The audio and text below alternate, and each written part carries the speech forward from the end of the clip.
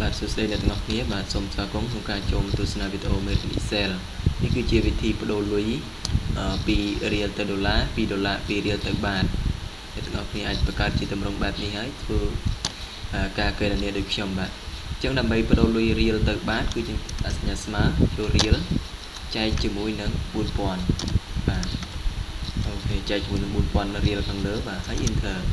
អញ្ចឹងបានន័យថា 4000 ហ្នឹងស្មើ1ដុល្លារបាទអញ្ចឹងនៅកន្លែងនេះគឺបាតអញ្ចឹងយើងចង់ដឹងថាតើក្នុង1រៀលហ្នឹងវាមានប្រមាណបាតអញ្ចឹងយកស្មើរៀលនេះហើយចែកជាមួយនឹង100បាទចែកជាមួយនឹង100អូខេ enter អញ្ចឹងវាស្មើ40បាតអញ្ចឹង40បាតវាស្មើនឹង1រៀលហើយស្មើ 4000 បាទលុយបាតហ្នឹងគឺជាលុយរបស់ថៃបាទអញ្ចឹងយើងអាចដាក់សញ្ញាលេខបូកយើងអាចអូមមកវាគេនេះអូតូឲ្យទៅមកហើយនៅកន្លែងនេះក៏អញ្ចឹងដែរអ្នកទាំងអស់គ្នាអាចអនុវត្តជាមួយនឹងខ្ញុំទាំងអស់គ្នាបានផងដែរហើយគីឡូអ្នកទាំងអស់គ្នាពិបាកក្នុងការកណនាលុយបាទអញ្ចឹងយើងយកសញ្ញាដុល្លារដូរពីដុល្លារទៅបាតម្ដងតើយើងក្នុង1ដុល្លារហ្នឹងស្មើប៉ុន្មានបាតអញ្ចឹងយើងយកស្មើហើយយកដុល្លារហ្នឹងមកហើយគុណនឹងអូខេហើយគុណជាមួយនឹងអូខេយើងសម្រាប់แบบនេះ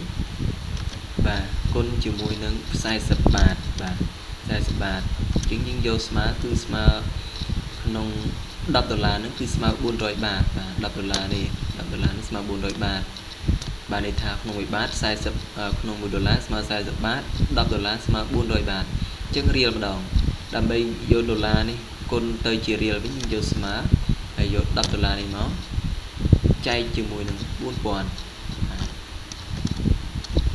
អូខេចែកជាមួយនឹង4000ហើយ enter អូច្រឡំបាទយកស្មើចូលកន្លែងនេះមកទៅរៀលគឺយើងត្រូវការគុណជាមួយនឹង4000ដូចគ្នាបាទ enter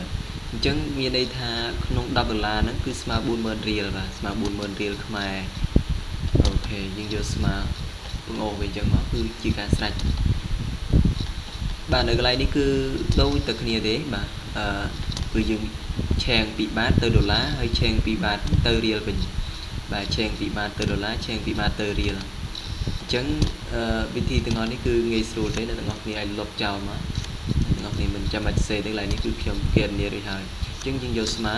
ដើម្បីបដូរពីបាតទៅរៀលក្នុង100បាតក្នុង100បាតស្មើប៉ុន្មានយើងយកស្មើនេះមកហើយចែកជាមួយនឹងដុល្លារបាទអ្នកទាំងអស់គ្នាឃើញហើយដុល្លារហ្នឹងគឺប្រមាណអូខេបាតទៅ1ដុល្លារចាំមកផ្លែអ្នកទាំងអស់គ្នាអូខេពីបាតទៅដុល្លារ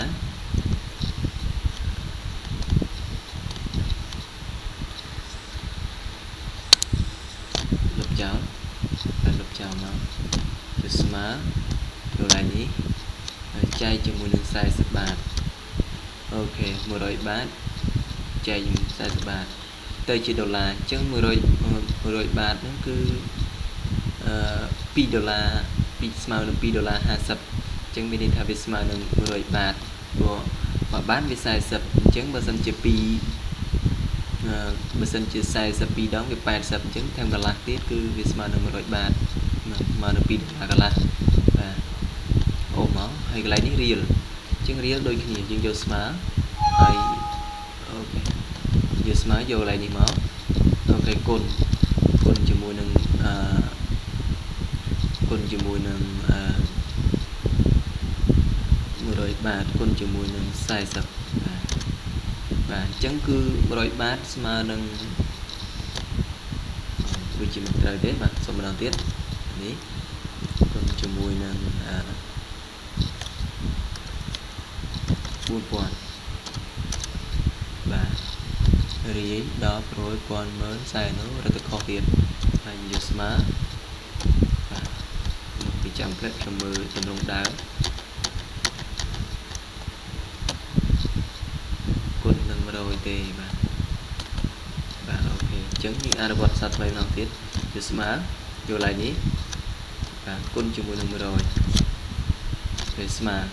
ជាង100 បាតនឹងស្មើ10000ខ្មែរបាទ100 បាតអូខេបងអូមកបាទនៅកន្លែងនេះគឺ$2ទៅរៀលបាទ$2ទៅរៀលគឺមានភាពងាយស្រួលដែរយើងយកស្មើអូខេមុន$50ស្មើនឹងប្រហែលមើលបាទ$50ស្មើប្រហែលមើលជួយស្មើគឺ$50គុណជាមួយនឹង4000អូខេ$50ស្មើនឹង200,000រៀលបាទ200,000នៅកន្លែងនេះគឺជាលុយដូចជាលុយរបស់ប្រទេសលុយហុងកុងណាបាទអញ្ចឹងយើងអត់ដឹងជាលុយអីទេអ្នកទាំងអស់គ្នាអាចឆែកមើលបានលុយ H ស្មើ K HK ហ្នឹងលុយហុងកុងសឺកុងមិនទេអ្នកទាំងអស់គ្នាយកស្មើមកកន្លែងនេះស្មើអ្នកទាំងអស់គ្នាមើលចំនួនកន្លែងនេះបាទ 8.5 បាទគុណជាមួយនឹង